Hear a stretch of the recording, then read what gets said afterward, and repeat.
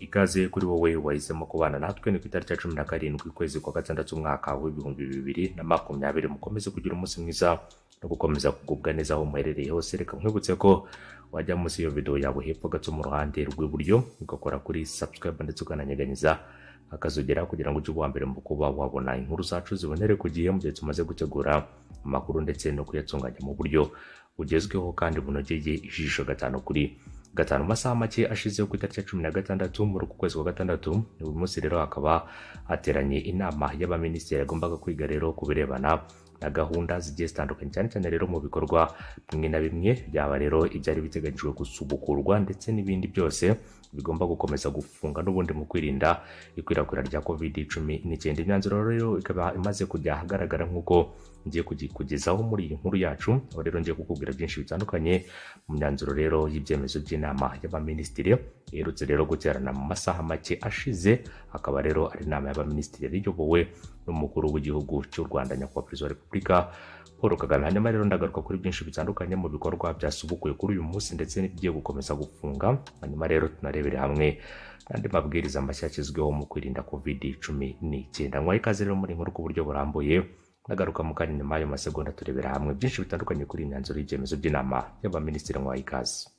Kuri uyu wa kabiri ku itariki ya 16 Kamena 2020 inama y'abaminisitiri idasanzwe yateraniye muri village Rugwiro iyobowe na nyakubahwa perezida wa Repubulika y'u Rwanda ariwe Paul Kagame. Inama y'abaminisitiri kandi yemeje imyanzuro y'inama y'abaminisitiri yateranye ku wa kabiri mu kwezi kwa gatandatu 2020. Inama y'abaminisitiri yasuzumye ingamba zafashwe zo gukumira ikwirakwira ry'icyorezo cya COVID-19 yemeza ko ingamba zikurikira zitazitangira gukurikizwa. Izi ngamba rero zizongera kuvugururwa nyuma y'iminsi 15 hashingiye ku isesengura ry'inzego z'ubuzima. Ingamba rero rusange zo kwirinda indwara ya COVID-19 harimo gahunda yo gupima abantu COVID-19 izakomeza mu gihugu hose. Udupfukamunwa tuzakomeza kwambarwa neza igihe cyose umuntu agiye ahurira n'abandi. Serivisi zose zemerewe gukora zizakomeza kubahiriza amabwiriza atangwa n'inzego z'ubuzima: gukaraba intoki, kwambara udupfukamunwa, gusiga intera hagati y'umuntu n'undi. Abacuruzi bose barasabwa ndetse baranakangurirwa kwemera kwishyurwa hifashishijwe ikoranabuhanga, bumwe rero mu buryo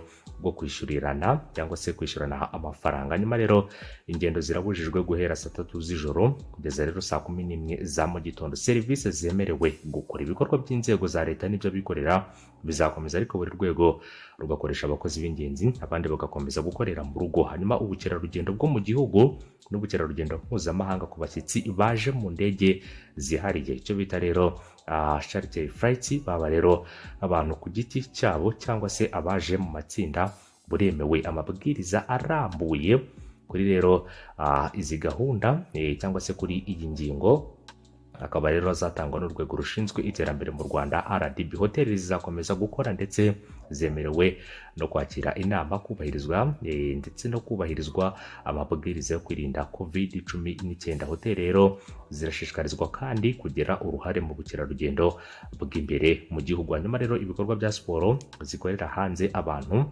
bategeranye zizakomeza gukora. Hanyuma rero icyakora siporo ikorerwa mu nyubako z'imyidagaduro gym irabujijwe. Amabwiriza arambuye kuri iyi ngingo azatangwa na Minisiteri ya Siporo. Moto rero zizakomeza gutwara abagenzi uretse mu turere twa Rusizi na Rubavu hashingiwe ku isesengura ryakozwe n'inzego z'ubuzima muri utwo turere twombi. Abatwara moto barasabwa kubahiriza amabwiriza y'isuku no kwambara udupfukamunwa igihe cyose. Ingendo hagati y'intara zitandukanye cyangwa se intara n'umujyi wa Kigali zizakomeza, ariko kujya no kuva mu turere twa Rusizi na Rubavu birabujijwe. Icyakora amakamyo atwaye ibicuruzwa yemerewe kugenda mu turere twose. Hanyuma rero imihango yo gushyingirwa mu nsengero iremewe, ariko rero ikitabirwa n'abantu batarenze 30. Minisiteri y'ubutegetsi bw'igihugu izatanga amabwiriza arambuye kuri iyi ngingo. Ishyingirwa rikorerwa rero imbere y'ubuyobozi rizakomeza, ariko ryitabirwa n'abantu batarenze 15.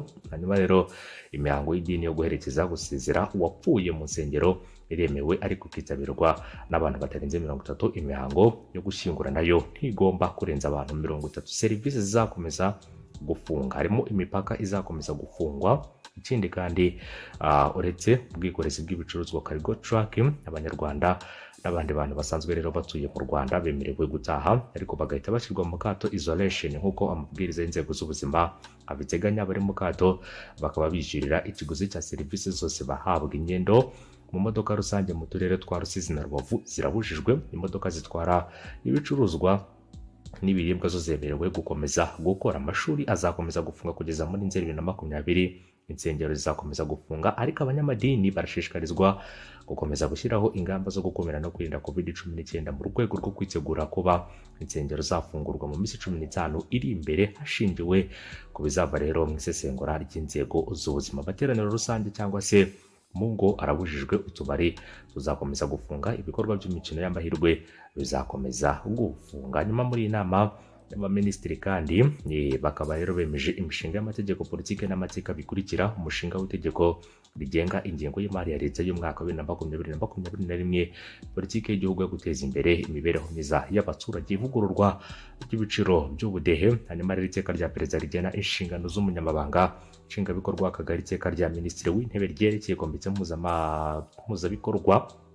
mpuzabikorwa y'igihugu ishinzwe gushakisha no gutabara mu by'indege, iteka rya minisitiri rigena umukozi wo mu kigo cy'ubuzima ufite ububasha bw'ubwanditsi rero w'irangamimerere, iteka rya minisitiri rigena umubare, hanyuma rero amoko, imiterere n'imikoreshereze by'ibitabo by'irangamimerere. Inama y'abaminisitiri kandi yagejejweho ibingibi bikurikira: harimo rero gahunda yo gusubukura ibikorwa by'ubukerarugendo mu gihugu, umushinga wa Bridge, akaba rero ari umushinga wa Bridge International Academy ugamije guteza imbere uburezi rero mu Rwanda, cyo twita rero Rwanda Equipe, hifashishijwe ikoranabuhanga mu kunoza imyigishirize ndetse n'imyigire y'abana biga mu mashuri y'incuke ndetse n'abanza ya leta. Inama y'abaminisitiri kandi yemeje ko Madamu Johanna Christina Tigi ahagarariye rero igihugu cye cya Sweden mu Rwanda ku rwego rwa ambasaderi ufite icyicaro i Kigali.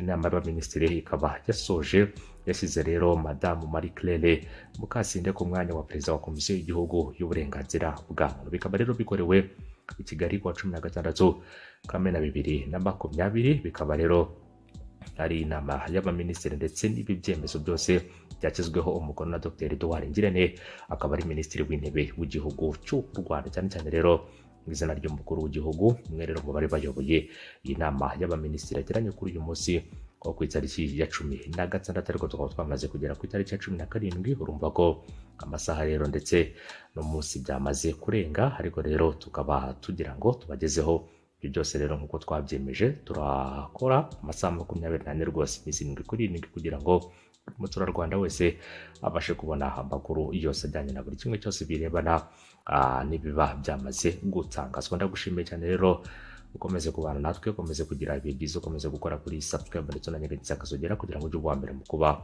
wabona inkuru zacu. Urabona ko rero uko umunsi ugenda ushira, ko ibikorwa bimwe na bimwe bigenda bisubukurwa, ariko rero bisa naho ingamba zo kurwanya COVID-19 ndetse n'ibindi bikorwa byose bikomeza kugenda byoroswa kugira ngo abantu basubire mu buzima busanzwe. Ngira ngo rero ni gahunda nziza leta iba yafashe yo kugira ngo rero ibikorwa bimwe na bimwe bigende bisubukurwa mu gihugu hose, ariko nanone hifashishijwe uburyo bumwe cyangwa ubundi kugira ngo ibyo byose bikomeze kuba byakora nk'uko bisanzwe. Niyo mpamvu rero abaturarwanda badakwiye kwiheba, niyo mpamvu bakwiye kwizera inzego z'ubuyobozi kandi bakumva icyo inzego z'ubuyobozi zibasaba kugira ngo ibyo bikorwa byose ndetse n'izindi serivisi zose zibashe kuba zasubira ku murongo nk'uko byahoze, ariko ibyo byose bigakorwa umunsi ku munsi hashingiye rero ku mibare n'ubundi iba yagiye itangazwa. Ntabwo rero igihe gifatwa aba ari igihe kirekire cyane, kubera ko iminsi 15 irahagije kugira ngo bavugurure ingamba bakurikije uko Minisiteri y'Ubuzima igenda itanga amakuru arebana rero n'uko icyorezo gihagaze, amakuru arebana n'uko abarwayi bakomeje kugenda rero bandura mu gihugu. Nubwo mu minsi ishize twari dufite impungenge z'uko hashobora kujyaho gahunda ya guma mu rugo bitewe n'uko hari abarwayi benshi bakomeje kugenda bagaragara mu karere ka Rusizi, bigatera impungenge. Abantu bamwe na bamwe rero bakibaza niba atasubiraho gahunda irebana n'uko abantu basubira mu ngo zabo, ariko ibi byose byaganiriweho kandi urabona ko bikomeza kugenda bitanga umusaruro, ndetse urabona ko inzego z'ubuzima mu mibare batanga ya buri munsi bakora ubushishozi ndetse n'ubushakashatsi bwimbitse kugira ngo ibi byose rero bibashe kuba byabonerwa umukino. Ubwo abarwayi baba bahari, yego baba bahari, ariko icy'ingenzi kiba kigendera no kumenya ngo abarwayi bahuye na bande, umurwayi yaturutse he.